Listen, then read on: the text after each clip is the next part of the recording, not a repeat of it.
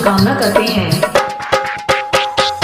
रवि music, रवि music, रवि music, रवि music. Bishanpur बाजार, बिशनपुर बाजार, बिशनपुर बाजार, बिशनपुर बाजार में बोली ना बोली हो लहंगा न कर पीछे में गलिया गली में मोलिया सा पास बनोट घीचे में